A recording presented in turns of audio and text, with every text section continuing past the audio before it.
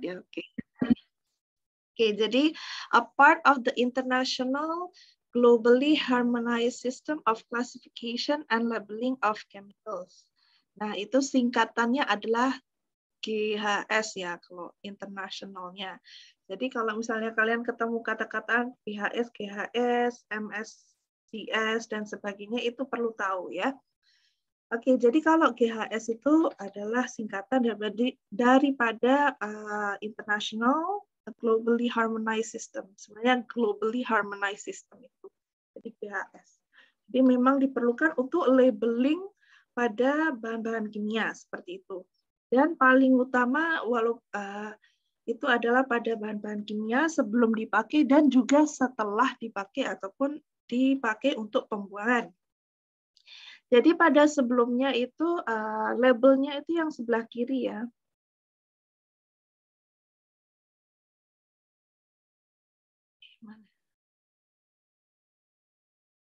Oke. Jadi sebelah kiri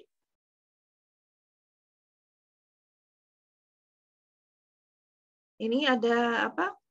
Sebelumnya itu kodenya seperti ini ya. Tapi diganti kepada new GHS-nya itu adalah kalau kodenya itu biasanya kalau sebelumnya itu dari paling rendah ke atas ataupun ke lebih severe, sekarang dibalik gitu aja sebenarnya. Jadi intinya untuk severe hazard ataupun yang paling parah ataupun paling dangerous itu akan dikode dengan warna merah ya. Jadi kalau dengan kode hijau berarti minimal hazard. Hijau bermaksud bisa langsung dibuang. Kalau kuning, nah kalian kalau misalnya lihat yang apa tong sampah ataupun plastik-plastik kuning itu maksudnya untuk slight hazard dan sebagainya. Oke, ini penting ya. Kalau misalnya ada pilihan ganda, ini harus bisa diingat ya. Kira-kira tanda-tandanya ini apa aja seperti itu. Nah, jadi hazardous waste, labelingnya waste management biasanya dikasih tanda-tanda seperti ini. Kalau segitiga dengan tanda warna kuning danger ya maksudnya. Kalau warna biru bulat itu maksudnya adalah handle with care. Ya, jadi harus berhati-hati. Nah, yang paling penting adalah ada 9 simbol di sini ya. Jadi ada health hazard. Health hazard itu maksudnya untuk diri kita ya, misalnya itu akan membahayakan diri kita, bisa jadi karsinogen, maksudnya cancerous ya, bisa mengakibatkan cancer, mutagenicity, kurang lebih sama ya, toxicity, organ toxicity, pokoknya intinya yang mempengaruhi ataupun bisa mengakibatkan karsinogenik kepada badan kita. Nah, kemudian kalau yang namanya api biasa ya, ada dua ya. Kalau di sini ada flame over circle sama flame biasa. Jadi bedanya adalah ada circle-nya, yang ini biasa. Nah, kalau yang biasa ini flame itu intinya just flammables, self-heating, organic peroxidase, contohnya seperti itu. Nah, untuk exclamation mark dengan kotak merah ya, itu maksudnya lebih kepada skin ataupun luaran ya. Jadi lebih kepada bisa mengakibatkan kepada irritation, skin sensitizer, toxicity. Toxicity tapi yang melalui luaran ya. Jadi lebih kepada dihirup dan juga kena pada badan seperti itu. Gas cylinder ini contohnya ada kayak botol ya. Jadi gases under pressure. Maksud di sini adalah berbahaya karena bisa ada pressure udara seperti itu di dalam kandungannya. Kemudian untuk korosif, ada tanda tiup dua ini, yang satu pada pada satu seperti surface ya. Jadi seperti sebuah tempat, yang satunya ada tanda tangan. Maksudnya tangan dan ada tiup keluar cairan. Jadi ini korosif, berarti maksudnya ya korosif ya bahasa Indonesianya. Jadi skin corrosion, burns, eye damage sebenarnya ya ini. Tulisannya kurang jelas. Corrosive to metals. Jadi misalnya kalau kena metals itu bisa korosif dan sebagainya lah. Intinya itu. Oke, kemudian ada exploding bomb ya. Jadi ini maksudnya bisa meledak, intinya explosive, self-reactive, organic peroxide ya. Bedanya dengan flame ini, kalau ini meledak, yang ini lebih kepada heating up ataupun langsung terbakar ya, bukan meledak tapi terbakar. Jadi bedanya lebih kepada itu. And then flame over sulfur itu untuk oxidizers. Ingatnya itu aja. Environment non-mandatory. Nah, ini ada pohon ya, bentuk pohon seperti itu. Dengan adanya, ini sebenarnya seperti ikan ya, jadi ada pohon, ada lake. Nah, itu maksudnya aquatic toxicity ya. Jadi lebih kepada environmental not friendly. Oke, skull and crossbones. Ini normal ya, kayak danger gitu ya. Jadi danger ini maksudnya fatal or toxic ya. Jadi lebih kepada toxic, apa-apa toxic yang membahayakan, yang tingkat levelnya paling tinggi acute toxicity. Seperti itu.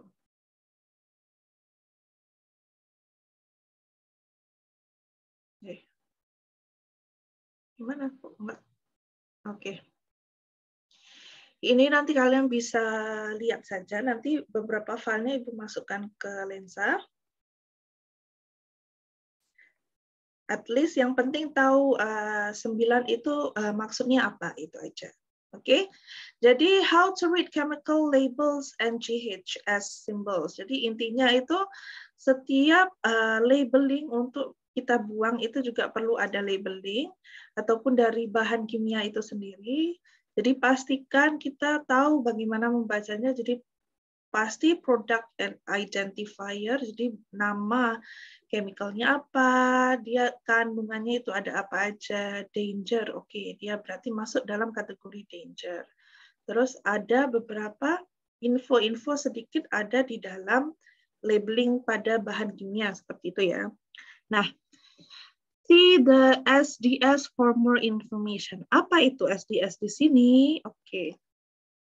Jadi kalau SDS itu sebenarnya ini kecil ya. Jadi setiap kali kalian membeli bahan kimia yang berbahaya, maka kalian akan dapat satu lembar sheet MSDS sheet ya. Jadi MSDS ya singkatannya.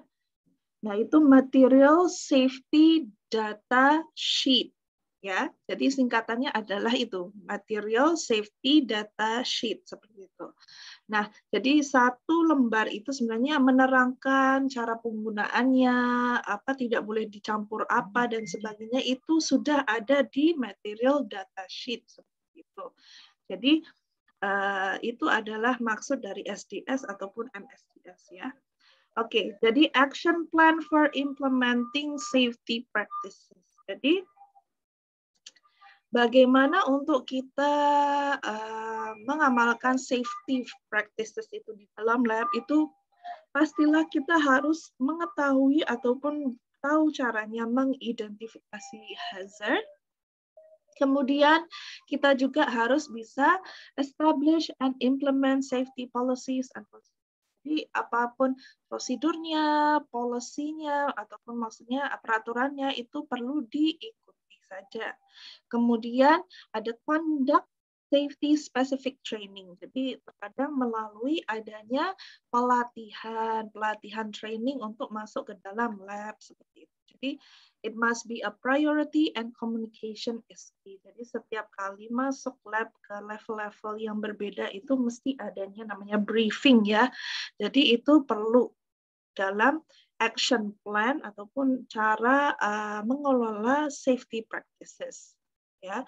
Kemudian perform regular audits or assessment. Oke, jadi kalau regular audits itu maksud or assessment maksudnya adalah mungkin beberapa bulan sekali itu pasti akan ada kayak apa ya istilahnya Jadi seperti yang akan datang ke laboratorium dan akan mengecek biasanya dari pusat apa ya istilahnya itu.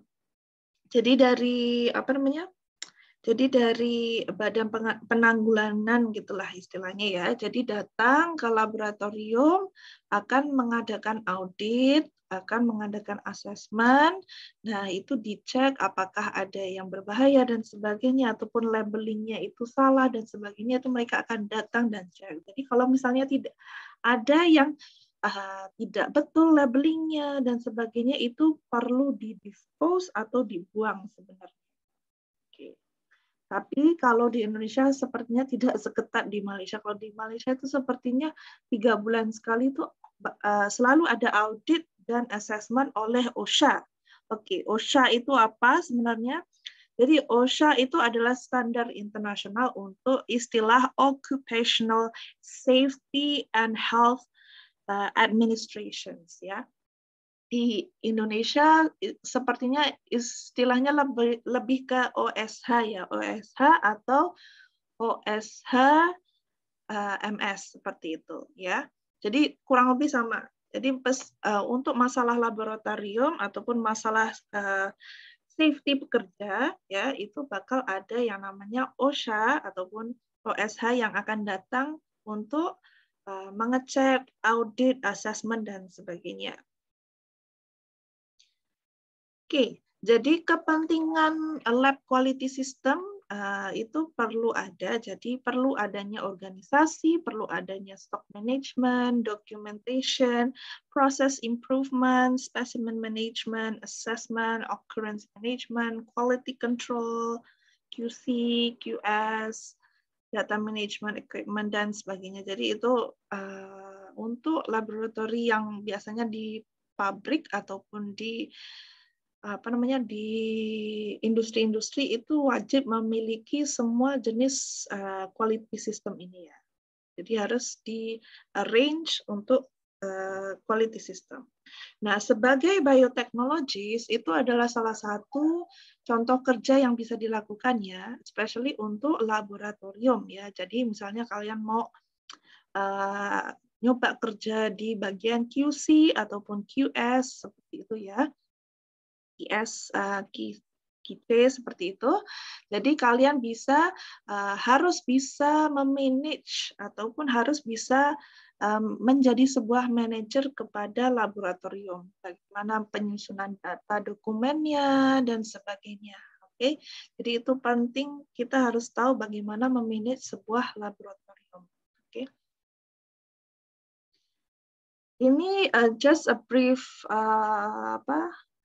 refresh again ya, maksudnya mungkin sebelum ini Ibu sudah jelaskan, tapi intinya maintain clean and orderly workspace, seperti itu ya. Jadi untuk laboratori setiap kali sudah melakukan eksperimen dan sudah masuk ke dalam sistem untuk membuang sistem, maka dari itu perlunya adanya maintenance. Dan maintenance itu perlu maintenance sebelum, sedang, dan setelah mengerjakan kerja ataupun eksperimen. Nah, ketika kita sudah melakukan eksperimen, maka maintain cleaning-nya itu juga perlu diutamakan. Oke, jadi contohnya lebih kepada keep work areas uncultured and clean. Oke, kemarin Mbak Heni ada komplain dengan saya ya. Katanya beberapa mahasiswa kalau melakukan eksperimen, terus setelah selesai itu tisu-tisunya tidak dibuang. Mungkin ada yang kurang bersih dan sebagainya. Tolong ya, kalau di laboratorium, setelah selesai, pastikan dibersihkan mejanya, dibuang segala tisu-tisunya, pastikan tisunya yang sudah kena bakteri dan sebagainya itu perlu sendiri. Terus tisu-tisu yang kalian cuma untuk ngelap diri sendiri dan sebagainya itu ada sendiri ya. Jadi kalau yang ada bakteri dan sebagainya itu pastikan masuk ke dalam tas ataupun kantong plastik yang ada label biohazard-nya. Oke, alright. Jadi pastikan always clean. Jadi amalkan kebersihan di dalam lab ya. Oke, jadi karena kebersihan itu sendiri sebagian dari iman, jadi harus bisa bersih dimanapun itu. Tidak hanya di lab, tapi dimanapun itu. Kemudian pastikan setiap selesai ataupun di waktu mulai itu, pastikan disinfect work surfaces. Jadi meja itu pastikan dilap dengan alkohol. Oke. Nah, kemudian restrict or limit access when working. Ya, jadi pastikan jangan keluar masuk, main HP dan sebagainya waktu mengerjakan lab itu kurangi. Oke, kalau memang sudah ingin merekam dan sebagainya itu dibolehkan, tapi hanya saja pastikan tangan ataupun gloves yang kalian pegang HP itu bersih dan sebagainya. Oke. Keep supplies locked in safe and secure areas. Jadi kalau misalnya bahan kimia dan sebagainya yang diambil, pastikan ditaruh kembali ke tempat yang semula ya. Jadi pastikan labelnya benar, penutupnya betul dan sebagainya. Kalau misalnya membuka botol, pastikan botolnya itu ditutup dengan rapat ya. Oke, kemudian keep emergency eye wash units in working order within priority. Nah, ini sebenarnya maksudnya kalau di lab itu seharusnya ada kayak untuk washing your eyes, contohnya seperti kita harus ada tempat pemandian kecil ataupun untuk emergency ya, itu pastikan berfungsi. Kalau tidak, pastikan ada tempat untuk mengambil air untuk dibersihkan ya, in case ada apa-apa emergency. Kemudian take precautions to avoid needle stick injury. Oke, ini penting ya. Jadi kadang tidak hanya di alam kedokteran seperti itu yang banyak needlesnya, tapi terkadang di biotek juga kita menggunakan needle, syringe dan sebagainya ya, yang ataupun misalnya bahan-bahan lab yang pecah, beaker pecah, conical flask pecah, dan sebagainya, itu perlu adanya safety measures untuk pembuangannya. Jadi pastikan supaya tidak terjadi injury, harus konsentrasinya harus tinggi ya. Jadi don't lack of concentration ya. Ini adalah maksudnya apa yang bisa menyebabkan needle stick injury ataupun injury yang dihasilkan oleh benda-benda tajam. Oke, jadi lack of concentration, inexperience di sini maksudnya tidak tahu bagaimana safety measures-nya. Jadi harus bisa mengerti bagaimana cara membuang bahan-bahan kaca seperti itu. Lack of concern for others. Kalau di luar negeri, bahan kaca yang pecah dan sebagainya itu mereka treat it as something very serious ya. Jadi semisalnya meja di dalam lab itu ujungnya itu kayak lancip, itu aja bagi mereka itu adalah kesalahan besar dalam laboratorium karena kena kesentuh berdarah aja mereka tuh paniknya tuh macam-macam lah. Oke. Kalau di Indonesia kalau cuma kena dikit itu it's something okay gitu ya. Tapi untuk standar dunia, international standards, apapun yang bisa mengakibatkan cedera ataupun berdarah ya, pokoknya benda-benda tajam itu they take the precautions as well as safety measures-nya quite strict seperti itu ya. Jadi sangat strict. Nah, oke. Jadi harus ada proper disposal ataupun tempat pembuangan sharp ataupun barang-barang kaca yang berbahaya itu sangat-sangat dipastikan harus benar. Ya. Oke. Selain pembuangan kaca yang sangat biasanya maksudnya sangat penting, yang dipentingkan ya istilahnya, itu selain untuk tempat pembuangan kaca seperti yang di box-box merah seperti itu ya. Jadi kalau kalian bahannya itu seperti kayak bahan-bahan kontainer-kontainer itu ya. Jadi kalian untuk nyimpen barang dan sebagainya. Nah, itu menggunakan kontainer seperti itu untuk pembuangan syringe, yaitu jarum-jarum ataupun bahan kaca ya. Kemudian untuk disinfect. perhatikan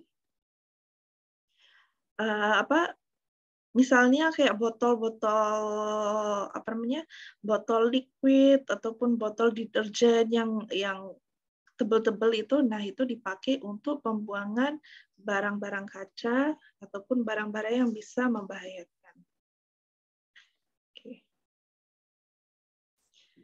Oke, jadi jangan masukkan barang kaca itu ke dalam plastik biasa, tapi ke dalam botol ya, tempat seperti ini. Kalau Indonesia mah palingan cuman pakai plastik di double berkali-kali seperti itu. I'm not sure, tapi supposedly menggunakan yang tebal seperti ini. Jadi supaya needle ataupun jarum atau barang-barang kaca itu tidak tembus keluar seperti itu.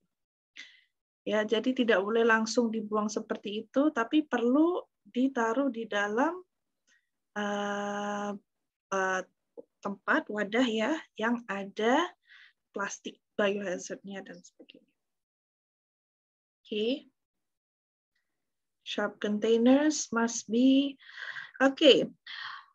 Kalau kalian nemu kayak kontainer seperti ini ya, this means kalau kita ya, maksudnya untuk menghemat tempat dan sebagainya, biasanya itu sampai full ya. Tapi standardly it's not until full ya. Jadi hanya 3/4 itu sudah perlu di-seal dan dibuang seperti itu.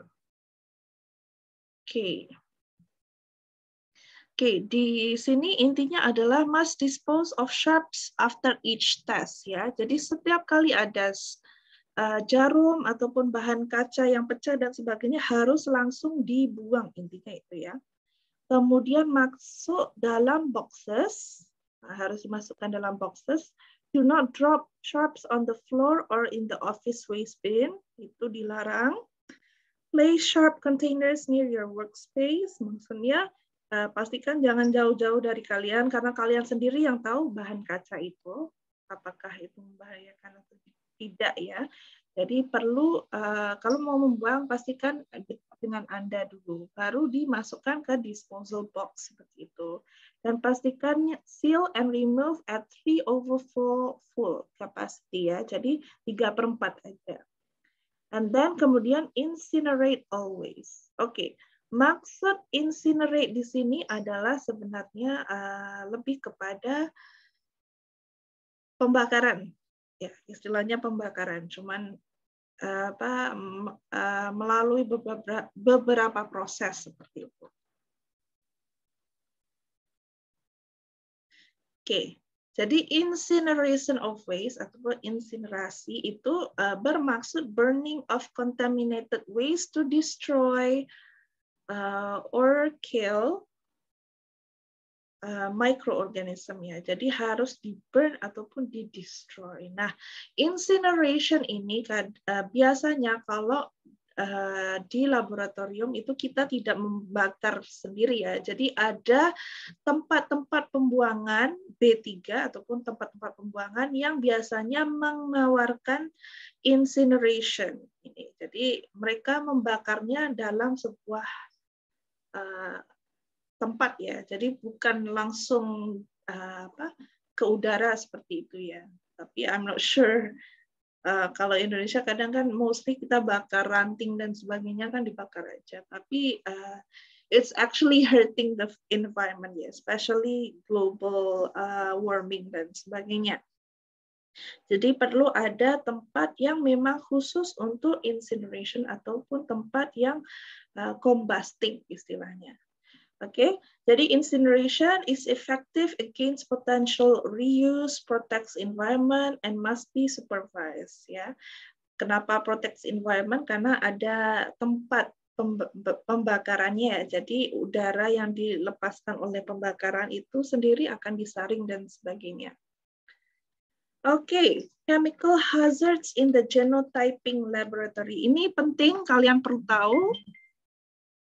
Oke, jadi kalau maksud genotyping laboratory ini adalah maksudnya laboratory yang melakukan uji kajian ataupun eksperimen yang berhubungan dengan DNA, RNA dan sebagainya itu. Biasanya yang menggunakan alatan-alatan buffers, seperti itu. Ya, oke. Jadi contohnya kalau misalnya ini penting karena misalnya mostly people ataupun kalian yang melakukan RNA dan sebagainya ingin melihat hasil RNA dan sebagainya adalah menggunakan elektroforosis ya. Oke. Jadi kalau elektroforosis itu sendiri itu kan kalian akan menggunakan buffer, percampuran buffer dan sebagainya, percampuran beberapa bahan kimia untuk membuat gelnya, ya.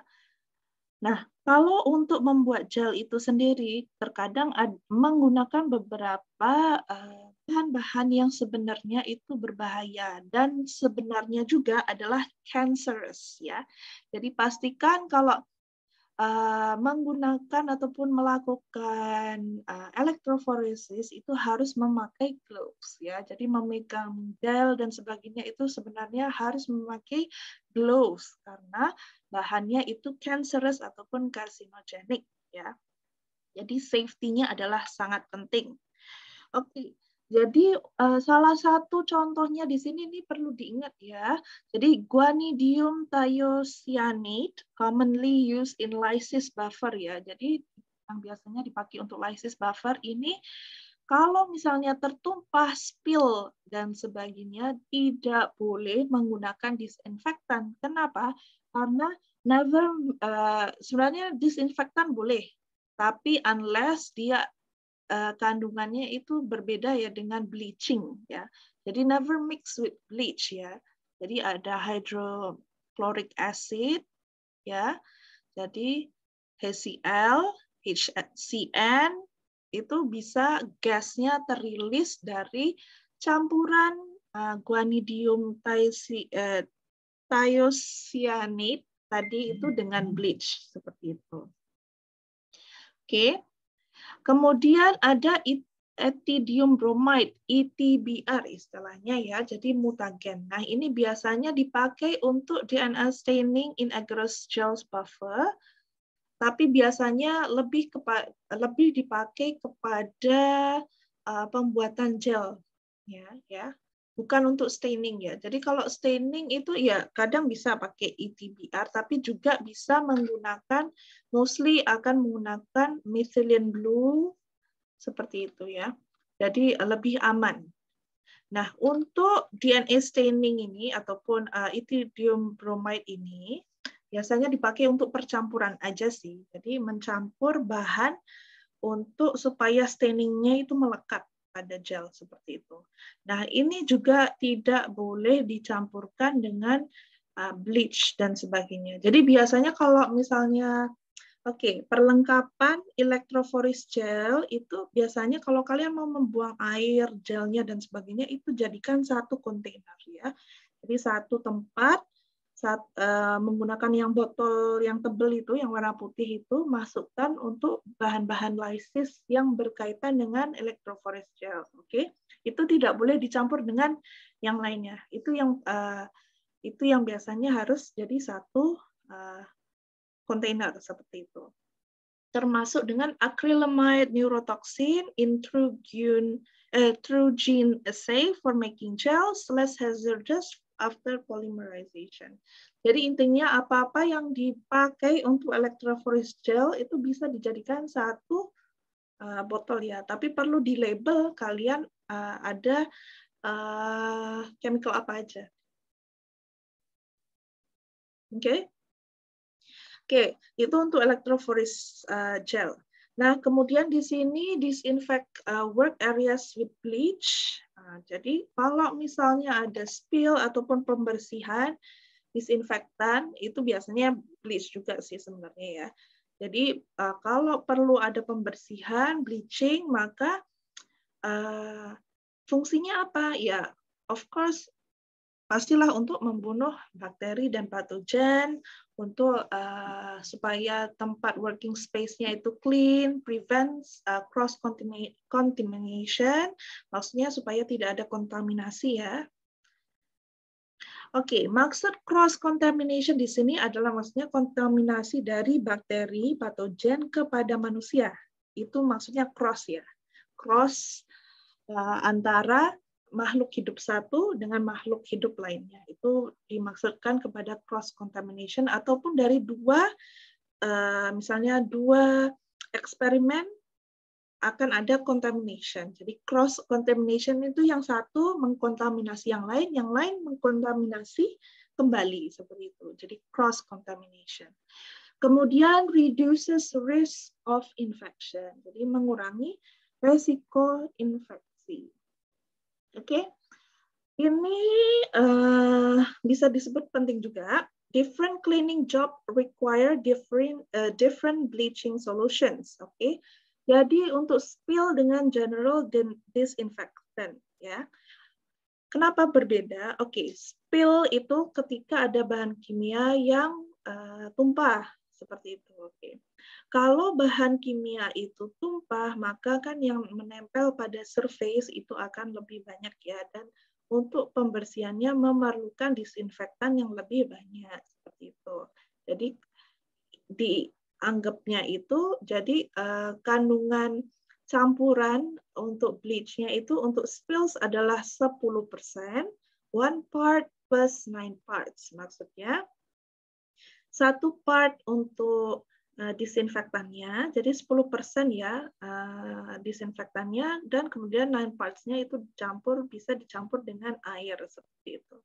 Ataupun maksudnya adalah memakai pada kadar 10%, and then kemudian setelah dikasih disinfektan itu terus dibersihkan dengan air yang lebih banyak seperti itu.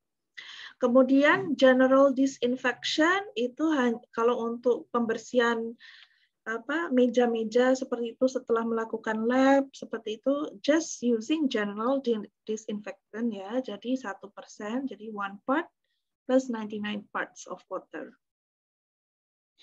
Untuk mau melihat lebih detail, itu ada di WHO Laboratory Biosafety Manual ya.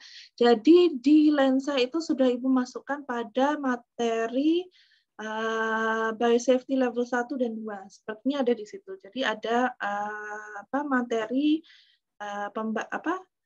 materi tambahan untuk dibaca, itu perlu dibaca ya, karena mungkin soal-soalnya juga dari situ ya. Jadi lebih kepada pengertian ya, tidak harus hafal dan sebagainya, tapi intinya mengerti konsepnya. Oke, in case of a spill or splash, evacuate room and notify others to leave the room, remove all contaminated clothing, wash all exposed skin, dan sebagainya. Ini dibaca saja, intinya mengerti. Kalau misalnya ditanya, bagaimana ya cara untuk membersihkan spill ataupun penumpahan bahan kimia yang ada di lab, itu kalian bisa menjawabnya dengan cara misalnya ada essay dan sebagainya, bisa dijawab seperti itu mengikut apa yang kalian pahami.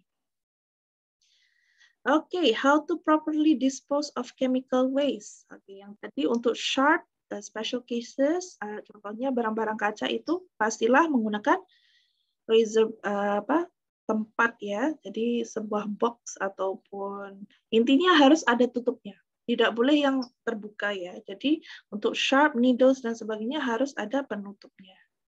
Sama dengan inorganic oxidizing, sama juga ya, semua menggunakan bahan-bahan yang tebal. Jangan membuang sesuatu bahan kimia itu pakai botol aqua gitu ya, jangan. Oke. Itu berbahaya karena kan plastiknya tipis dan sebagainya. Jadi lebih kepada seperti jirigen-jirigen itu. Oke. Nah, di sini juga ini kalian nanti bisa baca kembali. Aqueous waste ya, kalau misalnya yang lumayan cair dan sebagainya, please divide into 3 ya, berdasarkan pH, biasanya berdasarkan pH ya. Jadi kalau misalnya acid ya acid, neutral ya neutral, basic ya basic. Jadi supaya tidak terjadi apa-apa reaksi ya. Jadi acidic itu harus dipisah sendiri, neutral sendiri, basic sendiri. Nah, kadang mungkin tanya, bahkan contoh ada satu eksperimen ini kita mencampur basic dan juga netral dan juga acid bahan kimianya dan bahan kimia dan sebagainya. Nah, itu kita akan melihat di akhir eksperimen itu pH-nya berapa. Nah, jadi ikut bersesuaian dengan pH-nya yang terakhir. Oke. Kemudian untuk bahan organic chemicals more than 40%. Contohnya kalau misalnya kalian ada bahan kimia yang lebih dari 40%, sama juga dengan aqueous waste, which is kalau yang aqueous waste itu less than 40% ya organic chemicals ya. Kalau organiknya itu lebih dari 40, pastikan dibagi seperti ini. Jadi ada non-chlorinated, ada chlorinated chemicals in commercial bottle. Kalau untuk non-chlorinated, ini perlu tahu ada THF, ethyl acetate, hexane, stulane, metanol, dan sebagainya. Kemudian untuk chlorinated, ini ada DCM, kloroform, klorobenzil, benzin, dan lain-lain. Oke. Oke, ini ya kurang lebih seperti yang slide sebelumnya. Jadi ada solid bio-waste, biosafety level 1, solid bio-waste, biosafety level 2, liquid bio-waste, contaminated sharps ya. Jadi kalau bahan kaca, kalau dari tadi kalian lihatnya bahan kaca ya banyak ya, karena standar internasional mereka sangat mementingkan bahan kaca ya, termasuk juga bahan-bahan kimia lainnya. Kemudian kalau untuk solid bio-waste, oke. Kalau kalian menggunakan seperti plating ataupun kalian grow bakteria pada fungi, contoh grow bakteria fungi, bakteri dan sebagainya ya pada sebuah agar plate ya seperti itu, ataupun pada cairan liquid, pastikan sebelum dibuang harus di autoclave dulu ya. Autoclave baru dibuang. Nah, kalau yang botol kaca itu kan setelah di autoclave, kalian buang airnya ke dalam satu kontainer dan kemudian kalian cuci. Untuk barang kacanya seperti beaker dan juga conical flask ya. Tapi kalau yang dari bahan petri dish itu biasanya kalau di autoclave sudah berkali-kali itu dia akan lebih dari 2 kali ya. Maksudnya yang pertama di autoclave itu tidak ada masalah, biasanya keras saja ya. Maksudnya tidak ada plastik pada petri dish-nya itu tidak akan meleleh. Tapi mungkin kalau sudah di autoclave untuk yang kedua dan ketiga itu biasanya akan sedikit rusak seperti itu ya. Nah itu biasanya harus dibuang beserta dengan cairan di dalamnya dan juga bukan cairan ya, lebih kepada agarnya yang di dalam itu atau dengan bakteri dan funginya sekalian itu dibuang ya. Itu masuk dalam disposal hazard bag ya. Nah, itu kalau menggunakan petri dish ya ataupun tahu kan petri dish yang bulat itu ya, untuk kita tumbuh bakteri ataupun fungi itu biasanya akan dibuang. Jadi tidak dibersihkan dan dipakai lagi ya. Itu memang didesain sekali buang, sekali pakai, sekali buang. Jadi pastikan jangan memakai petri dish itu, pastikan dihemat-hematin seperti itu. Nah, kalau yang botol kaca setelah di autoclave itu cairannya dibuang dulu ke dalam kontainer, jangan dibuang ke dalam sinki dan sebagainya ya. Tapi masuk dalam ke kontainer, masuk dalam ke botol ataupun kontainer yang tebal, baru botol kacanya itu dicuci dan bisa dipakai lagi. Nah, setelah dicuci mau dipakai lagi, bagaimana? Harus di autoclave kembali. Oke, jadi kalau menggunakan bakteri dan fungi pastikan memang sering autoclave ya, masuk keluar keluar masuk itu semua pakai autoclave ya. Nah, terus kalau di sini fotonya ada aluminium foilnya ya di atas itu untuk menutup chemical. Itu di mana India itu juga harus dibuang ke dalam tong sampah biohazard ya. Jadi bukan tong sampah biasa tapi biohazard. Oke, intinya itu. Oke, kalau kita lihat di sini ini penting. General waste, ada medical waste, maksudnya medical waste itu yang berkaitan dengan syringe ataupun jarum ataupun dengan alat-alat kaca, bahan kimia dan sebagainya, itu kemana kita membuangnya ataupun prosesnya itu melalui yang mana? Oke, kalau kita lihat dari general waste, ada general solid, human waste, nah itu trash bag, sanitary sewer, dan sebagainya, housekeeping, dumpster, solid waste landfill. Sampah biasa itu bakal ke solid waste landfill, jadi ditanam seperti itu. Nah, kalau masuk ke laboratorium itu prosesnya berbeda. Jadi kalau kita lihat di sini, sharps, blood products, bio waste bag, sharp container ini akan dibawa ke bio waste holding area. Jadi ada tempat penyimpanan untuk bio waste ya. Jadi tidak sembarangan dibuang seperti itu. Setelah dipilih dan sebagainya akan masuk ke incinerator. Perlu dibakar ya. Jadi intinya akan dibakar di satu tempat pembuangan ya. Kemudian untuk radioactive material itu juga masuk ke chemical storage building dan juga dimasukkan ke incinerator. Jadi intinya harus dibakar ludes seperti itu. Nah, tempat incinerator itu nanti Ibu tunjukkan seperti apa. Contohnya, kemudian untuk hazardous waste, nah hazardous waste di sini contohnya bahan-bahan organik, inorganik dan sebagainya, satellite collection areas sebenarnya sama aja sih kayak bio waste collection areas. Terus dipilih chemicalnya lagi, biasanya disorting lagi sama bagian pembuangannya itu pengolahan limbahnya, chemical storage building, mana yang bisa dibakar, yang mana yang bisa diambil kembali dan di-recycle akan melalui proses recycling. Ya. Kemudian ada treatment required, jadi glass materials, contohnya ya kaca yang pecah dan tidak bisa masuk ke glass collection box ya. Jadi misalnya syringe itu ada kontainer sendiri. Kalau misalnya bahan-bahan kaca itu juga dipisahkan kontainernya karena bisa di-recycle ya, ataupun dibuang dan sebagainya lah. Jadi akan masuk ke dalam glass collection box, nanti masuk ke solid waste landfill ya, either ditanam ataupun bisa di-recycle kembali, tergantung dengan sistem pengolahan limbahnya ataupun company yang treat pengolahan limbahnya. Oke, kemudian untuk microbiological material biosafety. Nah, seperti tadi, seperti petri dish atau bahan-bahan fermentasi dan sebagainya itu pastikan jangan dibuang di sinki, tapi perlu di autoclave dulu. Setelah di autoclave, masukkan ke dalam kontainer, kemudian dibuang. Dan bisa dibuang ke solid waste landfill. Depends on what bacteria is it. Jadi biasanya kalau di Malaysia tidak dibuang ke solid waste landfill ya, tapi mereka akan mungkin akan autoclave kembali beberapa kali baru bisa dibuang ya. Tapi dibuang itu mesti biasanya melalui filtrasi dan sebagainya. Alright. Oke, now bagaimana cara pengolahan limbahnya?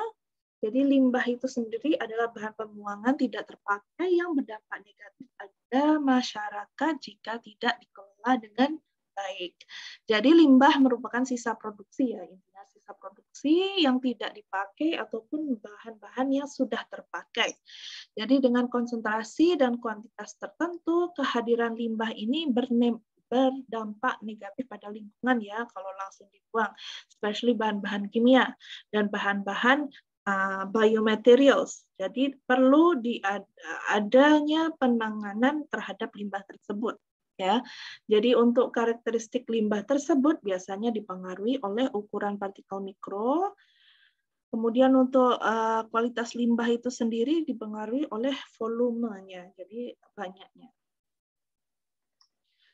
Untuk karakteristiknya ataupun jenis limbah industri atau laboratorium itu sendiri digolongkan menjadi 4.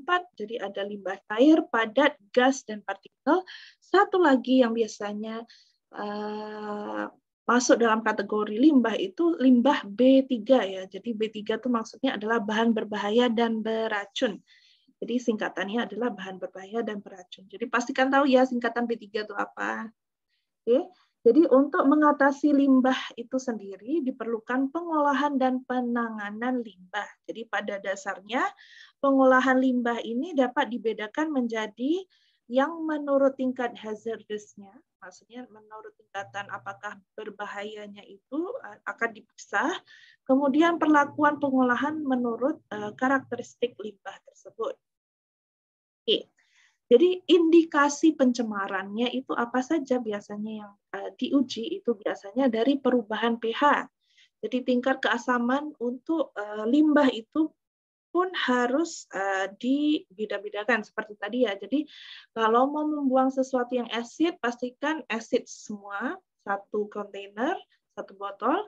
Terus kemudian untuk asid yang neutral itu lain sendiri, yang basah maksudnya yang basic itu juga sendiri. Kemudian perubahan warna, bau, dan rasa, ya nggak mungkin dirasain sih, tapi kalau untuk pencemaran air itu biasanya bisa dirasakan dari warna, bau, dan rasa. Kemudian juga adanya endapan, koloid, dan bahan terlarut endapan, ataupun misalnya kita melakukan eksperimen itu mesti ada endapan-endapan, nah itu juga masuk dalam kategori pencemaran air ataupun masuk dalam kategori limbah yang perlu dipastikan pembuangannya. Ya, nanti penjelasannya bisa baca sendiri ya. Oke, kalau untuk secara fisik biasanya kalau kita mau membuang limbah itu pastikan kita bagi-bagi secara maksudnya perlu disaring terlebih dahulu ya, terlebih dahulu. Jadi melalui secara fisik ya. Jadi secara fisik itu ada penyaringan ataupun screening, ada proses flotasi. Flotasi itu maksudnya adalah untuk ada yang akan istilahnya di float kan ya. Jadi maksud flotasi, flotation ya. Asli bahasa Inggrisnya flotation itu maksudnya float ya. Float itu maksudnya mengapung. Jadi kalau mengapung itu jadi perlunya ada proses pengapungan. Jadi mana-mana bahan ataupun endapan yang bisa mengapung itu akan diapungkan dan diambil dan dibuang ya. Terus kalau untuk yang mengendap itu biasanya akan turun ke bawah ataupun mengendap di bawah ya. Jadi yang tengah-tengah adalah lebih kepada air seperti itu. Kemudian proses filtrasi, pembuangan-pembuangan lainnya, ada juga proses absorpsi ya. Jadi misalnya senyawa organik, senyawa aromatik, itu biasanya bisa dibantu dengan penyaringan menggunakan karbon aktif ya. Jadi misalnya mau menyaring sesuatu, let's say kalau kalian pernah lihat filtrasi filter, ada bebatuan, ada karbon aktif dan sebagainya itu akan untuk menetralisir ataupun menyerap senyawa-senyawa organik tersebut supaya air yang dibuang itu sudah terpisah dengan senyawa organik seperti itu. Kemudian secara kimia itu sendiri bagaimana kalau proses secara kimia itu sendiri? Jadi ada pengolahan air buangan secara kimia, yaitu contohnya bisa dilakukan dengan flokulasi koagulasi ya. Jadi biasanya untuk mengendapkan logam-logam berat, fosfor, zat organik dan sebagainya itu biasanya juga melalui proses pengendapan flokulasi koagulasi ataupun secara reaksi seperti oksidasi, reduksi, dan sebagainya. Karena ini adalah subject by safety, jadi Ibu akan just briefly explain tentang itu. Kalau mau mengerti lebih tentang flokulasi, koagulasi itu bukan di kelas ini ya. Jadi kalau kalian mau mengerti sedikit tuh bisa baca ya lebihnya. Oke. Jadi pengendapan bahan tersuspensi itu juga perlu adanya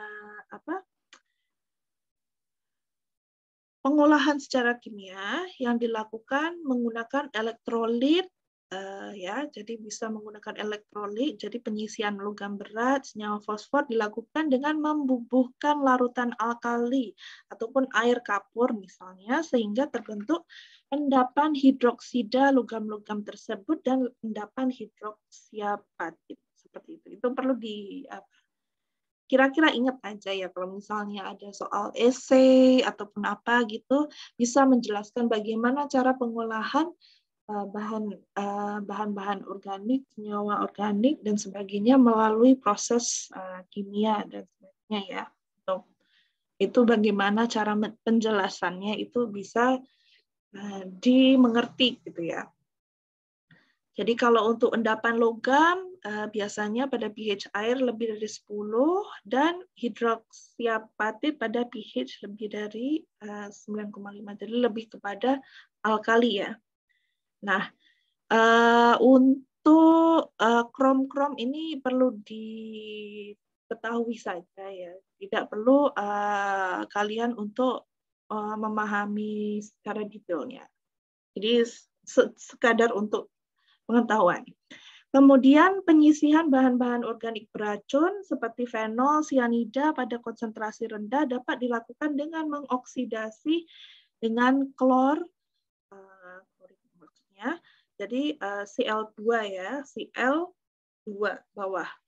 Kalsium permanganat, areasi ozon hidrogen peroksida. Jadi pada dasarnya kita dapat memperoleh efisiensi tinggi dengan pengolahan secara kimia. Cuma ya adalah masalah biayanya itu mahal dan juga penggunaan bahan kimia yang dipakai berulang kali seperti itu.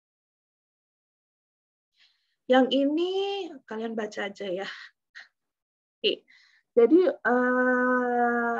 misalnya kayak bahan-bahan kimia dan sebagainya yang dalam water ataupun liquid ya, maksudnya dalam bentuk liquid, dalam bentuk cairan itu sendiri pasti akan melalui wastewater treatment plant. Mungkin wastewater treatment plant-nya itu tidak bersamaan ataupun tidak berbarengan dengan yang dari rumah-rumah seperti itu pencarian dan sebagainya, tidak. Jadi dipisah ya, ada tempatnya sendiri. Tapi intinya perlu diketahui kalau misalnya proses untuk wastewater treatment-nya itu sendiri perlu melalui primary sedimentation tank. Jadi primary sedimentation itu tempatnya flotasi ya. Jadi mana yang mengapung akan mengapung, mana yang mengendap akan mengendap. Dan diambil airnya untuk diproses ke aeration tank.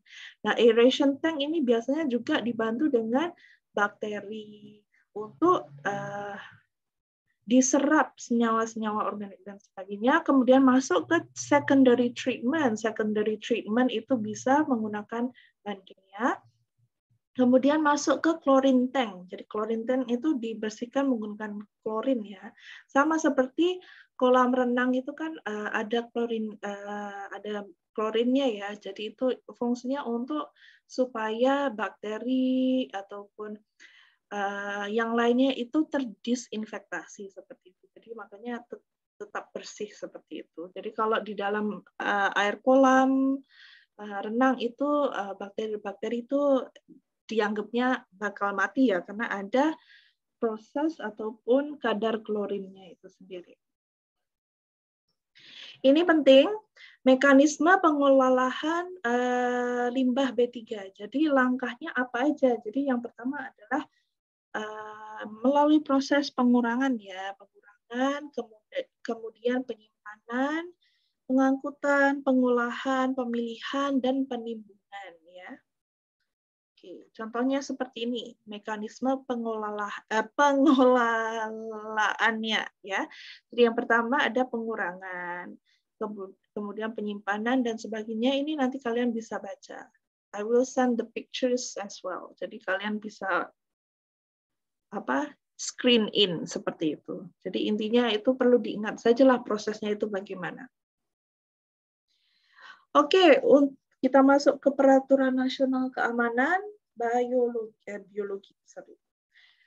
Sebenarnya ada banyak ya peraturan itu, cuman ini let's say untuk pengolahan limbah B3 ya. Jadi untuk B3 itu sendiri perlakuan terhadap limbah B3 dapat dilakukan dengan proses pengolahan seperti dalam Peraturan Pemerintahan Nomor 101 Tahun 2014 ya. Kalau yang latest itu sampai sekarang Ibu belum nemu yang lebih latest lagi sih, tapi based on apa yang sering orang pakai itu ataupun yang masih berlaku itu peraturan pemerintah nomor 101 tahun 2014 tentang pengolahan limbah bahan berbahaya dan beracun ya. Untuk peraturan Menteri Lingkungan dan Kehutanan nomor 56 tahun 2015 itu tentang tata cara dan persyaratan teknis pengolahan limbah bahan berbahaya dan beracun dari fasilitas kesehatan serta keputusan Kepala Bapedal nomor 1 tahun 1995 tentang tata cara dan persyaratan teknis penyimpanan dan pengumpulan limbah bahan berbahaya dan beracun. Jadi kalau misalnya pertanyaan tuh mungkin oke, tentang ini yang mana satu peraturannya seperti itu ya. Jadi diingatnya seperti itu. Kemudian berdasarkan karakteristik limbah B3 digolongkan menjadi mudah meledak, mudah menyala, bersifat reaktif, beracun, infeksius, bersifat korosif. Itu masuk dalam PP nomor 101 tahun 2014. Nanti sebenarnya Ibu ada beberapa lagi yang mungkin perlu diingat, tapi nanti I will put it in lensa ya. Jadi jangan khawatir. Oke, selain daripada peraturan pemerintah itu sendiri, untuk Menteri Pertahanan itu sendiri sebenarnya juga ada peraturannya karena biohazard ataupun biosafety ini ada kaitannya dengan bioterrorism ataupun penyalahgunaan bahan-bahan biologi yang bisa beresiko seperti itu ya.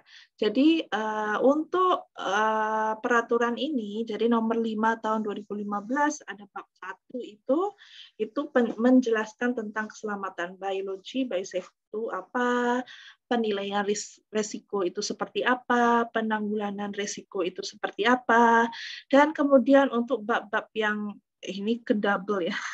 Oke, ini sama aja ya bab 1, bab 2 ini. Bab 1, bab 2, pasal 3, pasal 5 itu yang ada kaitannya dengan agensia biologi ataupun penanggulangan bahaya agensia biologi seperti itu. Nah, itu Ibu akan masukkan dalam lensa. Untuk yang ini sepertinya Ibu sudah masukkan. Jadi nanti kalian bisa baca sendiri ya. Tidak perlu dihafal, tapi intinya mengerti yang mana satu dan sebagainya. Fokus adalah pada biosafety ya. Jadi selain biosafety tidak perlu diingat seperti itu. Oke. Oke. Maybe I will show you video ya sebentar.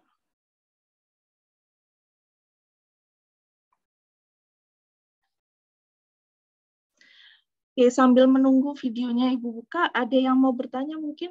Ada yang mau tanya tentang UAS nanti dan sebagainya, ataupun tugas dan sebagainya. Kira-kira ada yang belum mengumpulkan tugas nggak? Kalau ada yang belum, bisa hubungi Ibu. Untuk semua tugasan yang Ibu kasih, maksudnya not just in this subject ya, bukan hanya biosafety, mungkin dari subjek-subjek lain. Misalnya ada yang belum mengumpulkan, dan alasannya wah tidak mengumpulkan dan sebagainya, bisa mengumpulkan dalam minggu ini dan minggu depan ya. Ibu kasih waktu untuk yang belum mengumpulkan, tapi akan Ibu kurangi nilainya ya. Karena yang lainnya sudah bisa mengumpulkan on time, kenapa yang belum mengumpulkan ini tidak bisa mengumpulkan on time. Jadi akan dikasih reduksi 50%. Tapi Ibu akan tetap kasih nilai seperti itu. Oke, jadi daripada kosong nilai kalian, pastikan yang belum mengumpulin itu kumpulkan saja. Yang Ibu kasih itu perlu dikumpulin. Walaupun telat, it's okay, tapi I will deduct your mark by 50% seperti itu. Tapi intinya nilainya tidak kosong, oke? Jadi yang mau mengumpulkan itu bisa ya mengumpulkan dalam minggu ini dan minggu depan. I give you time, oke? Karena Ibu ngerti banyak assignment lain juga ya, jadi it's okay. Oke, mana tadi untuk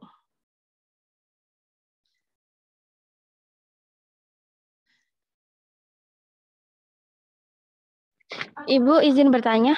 ya? Untuk yang kelompok kemarin itu kan yang ngumpulin hanya ketua kan, Bu? Iya, ketua aja nggak apa-apa. Yang penting nama kalian sudah ada di itu kan? Di apa? Lembar jawabannya itu kan? Oh, iya, Bu. Mm-mm. Makasih, Ibu. Ya, sama-sama. Sebenarnya ada beberapa yang belum Ibu koreksi, jadi makanya it's okay kalian mengumpulkan, tapi kalau yang telat mengumpulkan itu untuk minggu ini dan minggu depan itu Ibu kasih nilai tapi dikurangi 50%. Gitu. Tapi yang penting daripada kosong kan, okay. Jadi it's okay. Terus mana ya kok nggak kemarin? Oke, never mind mana ya? Oke, ketemu.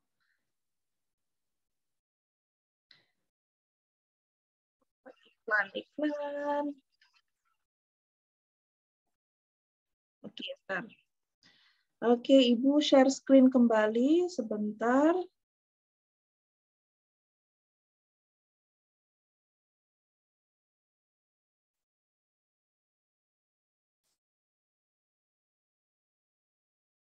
Jadi ini apa pengolahan limbahnya untuk biohazard, bahan-bahan yang ada bahan kimianya.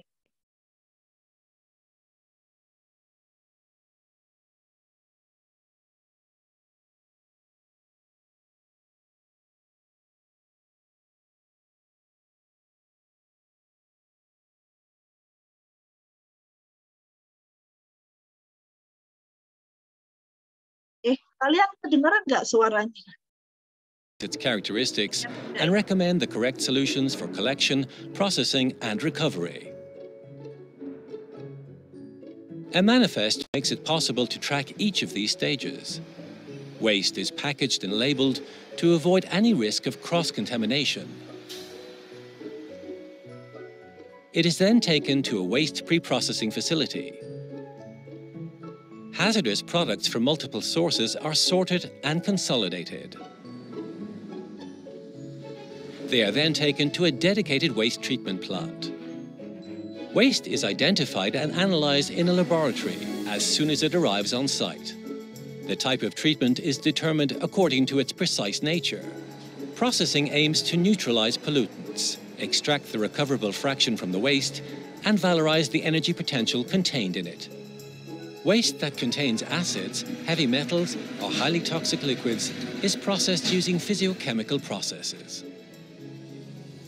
A series of chemical reactions inside a reactor neutralizes the acids and captures contaminants. Valuable fractions are extracted from waste hydrocarbons and solvents by centrifugation and distillation, so they can be regenerated for future reuse. Where water is contaminated with organic pollutants, the solids are separated using dissolved air flotation and evaporative systems. Recovered water is recycled and biodegradable matter is placed in a bioreactor, where it is digested by microorganisms in a few days. Thermal processing by incineration is used for most solid and liquid hazardous waste that cannot be processed in other ways. The waste is burned in a rotary kiln incinerator at very yang terbakar-bakar itu maksudnya incinerator itu tadi ya. High temperature. Combustion gas is captured, filtered, and scrubbed. The energy released is then recovered as steam and electricity. Final residue and inert hazardous waste that cannot be recovered is taken to specialized landfill sites. It is stabilized, then landfilled in safety cells, in full compliance with the most stringent environmental standards. By controlling the complete hazardous waste processing cycle, our solutions reduce the environmental impact of industrial activities, avoid the dispersion of pollution into the environment, and promote the circular economy. We hope that our country mungkin one day will have a big facility like that. I'm not sure about current these days. Jadi ya, itu tugas para chemist, para biotech, para engineers ke depannya ya. Let's see one more video maybe. Selama gap year ini, aku banyak menggunakan Grammarly untuk menulis personal statement yang nanti akan aku gunakan. Intended to enhance your laboratory experience by preventing avoidable accidents. Waste disposal is expensive to the university and to you as a student. Correct procedures save money. Chemicals, as a general rule, may not be disposed of by rinsing down the drain. Safe disposal considers chemical compatibility and protects both you and the environment. 90% of waste is disposed by using thermal incineration and 10% landfill. That is why there is a segregation of chromate, mercury and silver compounds. Several classes of chemicals should neither be stored nor disposed of in the same containers.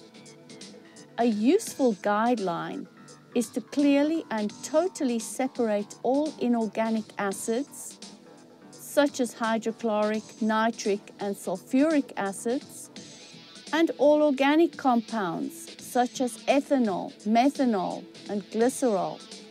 Mixing of these can lead to explosions and fires, both of which lead to life-threatening circumstances. Oke, jadi organic matter, inorganic matter harus dipisah ya setiap kali mau membuang ya. Jadi masuk dalam kontainer yang berbeda. Contohnya ini. No students may work in the laboratories without supervision, since student safety is of paramount importance. Laboratory staff and lecturers must be present during all laboratory sessions, and it is these members of staff who provide students with specific guidelines for each individual practical session. Each waste container is clearly labelled, and only what is stated on the label may be placed in that specific container. The minimum information on the container must include the full English name of the chemical, the concentration and the volume placed in the container, as well as the name of the responsible technician or lecturer. Always consult the technician or lecturer present before disposing of any waste, since some chemicals must be placed in separate containers, since they are more expensive to dispose of when mixed with any other chemicals. Such substances include silver ions and chromate ions. Containers are selected with safety in mind. Plastic containers are available in 2.5, 5 litre and 25 litre volumes and are much safer than either glass or metal containers. Metal may react with the waste and glass may shatter or even explode if pressure builds up inside the closed container. Shards of glass may be propelled all over the room and cause even greater harm than the actual contents of the container.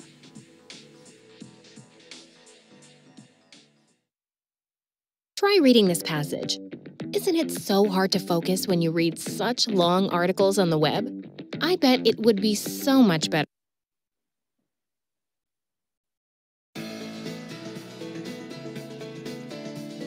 Many of the chemicals we use in the lab are potentially dangerous, especially under high heat, pressure, or when they're mixed with other chemicals. There are two main tools that we use to identify chemical hazards: safety data sheets and chemical labels. Every chemical in the lab is required to have a technical document called a safety data sheet, or SDS, usually provided by the manufacturer. These were formerly known as material safety data sheets, or MSDS. The safety data sheet is a one-stop shop to find out about a chemical's properties, hazards, and safety precautions. Oke, jadi kalau kalian mau bagi yang mau mulai PKL ataupun yang mau mulai skripsi ya, pastikan setiap mahasiswa itu kalau mau menggunakan bahan kimia apa saja, pastikan kalian cari MSDS-nya ya. Jadi bisa Google untuk cari MSDS sheet-nya. Jadi ke lab itu pastikan ada satu folder, ada MSDS, terus misalnya apa namanya, cara mau melakukan eksperimennya itu bagaimana, pastikan make it into satu file, satu folder ya. Jadi itu pastikan perlu ada. Jadi kalau misalnya kalian mau pakai bahan kimia apa, pastikan ada MSDS-nya. Mungkin di UNISA sebelum ini tidak diberlakukan, but in my experience ya dari Malaysia sendiri, setiap mahasiswa perlu ada MSDS sheet ya. Jadi kalau mau melakukan apa-apa eksperimen pastikan ada itu. Alright. Yeah. Know the location of the safety data sheets in your lab and review them before working with a chemical for the first time. GHS is an acronym for the Globally Harmonized System of Classification and Labeling of Chemicals. This new system provides an international standard format for safety data sheets. All SDS must now be organized into 16 sections. Section 1, Identification. Here you'll find the chemical's name, description, and the manufacturer's contact information. 2, Hazard Identification. This section lists signal words, warnings, and safety symbols. 3, Composition, a list of ingredients. 4, First aid measures. What's the required treatment for a person who's been exposed? 5, Firefighting measures. 6, accidental release measures. These are instructions for containment and cleanup of spills or leaks. 7, handling and storage requirements. 8, exposure controls and personal protection. This describes OSHA's exposure limits and recommendations for PPE. 9, physical and chemical properties, such as appearance, odor, pH, flash point, solubility, and evaporation rate. 10, stability and reactivity, how to avoid hazardous reactions. 11, toxicological information. Find out about the likely routes of exposure symptoms as well as short and long-term effects. Sections 12 through 16 aren't mandatory, but you should at least be familiar with them. Ecological, disposal, transport, and regulatory considerations. Section 16 is for any other pertinent information. This is where you'll find the date that the SDS was prepared along with the last known revision. Safety data sheets provide a lot of information about how to use chemicals safely in the lab. But there's also another way to learn about a chemical, and that's by reading its label. The new GHS format requires each chemical in the lab to be labeled with the product name, a signal word such as danger or caution, physical, health and environmental hazard statement. Oke, di sini kan kalau di botolnya itu sendiri itu terkadang memang sudah ada labelnya. Nah, bagaimana kalau misalnya kalian mau menyisihkan ataupun mau menaruh bahan kimia itu ke botol Anda sendiri ataupun mau menyisihkan, maksudnya let's say masuk ke dalam apa namanya? Ke dalam tube ataupun ke dalam beaker yang kalian mau pakai, itu pastikan juga label ya. Setiap kali ada bahan kimia baru dimasukkan ke dalam botol ataupun apa itu, pastikan harus dikasih nama. Ini bahan kimia apa dan sebagainya, supaya tidak terjadi misalnya salah penggunaan bahan kimia dan sebagainya. Itu wajib kalian harus tahu itu dan harus lakukan ya. Jadi setiap kali membuat eksperimen harus selalu di-label setiap botol, setiap tube dengan benar ya. Jangan cuma singkatan-singkatan nanti lupa, oke? Jadi pastikan di-label dengan benar. Statements, precautionary statements, pictograms, first aid instructions, and the supplier's contact information. Pictograms consist of a symbol on a white background, framed in a red border. Each pictogram represents a specific hazard: health, flammability, toxicity, compressed gases, skin and eye protection, unstable explosives, oxidizers. An oxidizer is a chemical that initiates combustion through the release of oxygen, environmental hazards, and acute toxicity. Now you know how to identify potential chemical hazards by looking at both safety data sheets and chemical labels. In our next lesson, we'll examine some important techniques for handling chemicals safely. Oke, satu lagi ya videonya. Nanti semua video-video yang penting akan Ibu masukkan ke dalam lensa juga. Jadi Ben Franklin once said, "By failing to prepare, you are preparing to fail." It's vital that you prepare for each lab activity. Before you begin, determine the possible risks, wear the right PPE, and be aware of any protective measures and emergency responses that are pertinent for the chemicals that you'll be working with. When diluting acids or bases, always add the acid or the base to the solvent, such as water, not the other way around. Oke, ini Pouring the penting ya. solvent in Kalau mau campur asid dengan air, itu airnya ditaruh, asidnya dicampur sedikit demi sedikit ya. Bukan air masuk ke dalam asid, kebalik ya. Jangan sampai kebalik, itu bisa eksplosif dan flammable dan sebagainya. Jadi kalau mau campur asid, itu asidnya yang dimasukkan ke air setitik demi setitik, dikit-dikit. Oke? into an acid or base can cause a violent reaction, and you may get burned. Never remove chemicals from the lab. Use a break-resistant secondary container to transport chemicals between lab spaces. Chemicals must be handled safely in order to avoid skin, eye, or inhalation exposure. First, let's talk about protecting your eyes. As we mentioned in our lesson about PPE, safety glasses with side shields offer some protection, but they won't help you when working with a potential splash hazard. Splash goggles are more effective at protecting your eyes. Chemical splash goggles should be marked with the code Z87.1. This code indicates compliance with American National Standards Institute. Prescription glasses don't offer adequate eye protection. Wear safety glasses, goggles, or a full face shield over your prescription glasses. Corrosive chemicals will harm you if they splash or come into contact with your skin. A lab coat and gloves will help protect your skin to a degree, but a full-length chemical-resistant lab apron is the best choice when working with splash hazards. If you're working with an especially corrosive chemical, use full arm-length rubber gloves instead of the typical nitrile gloves. Some chemicals in the lab can harm you without even touching you. That's why it's important to be aware of inhalation exposure. Never smell chemicals. Always work with toxic chemicals under a fume hood. And keep containers closed tightly if you're not using them. If a large chemical spill occurs, evacuate, seal off the lab, and notify the authorities. Large spills can produce excessive vapors. They have to be cleaned by qualified personnel. Don't re-enter the lab until your supervisor gives you the all clear. Flammable chemicals require special handling techniques. First, always know the flammability and explosive potential for each chemical you're working with. Keep flammables away from all ignition sources, such as Bunsen burners or hot plates. Store flammable chemicals in a dedicated and grounded storage cabinet. When you're finished working in the lab, properly dispose of chemicals and waste according to federal, state, local, and institutional requirements.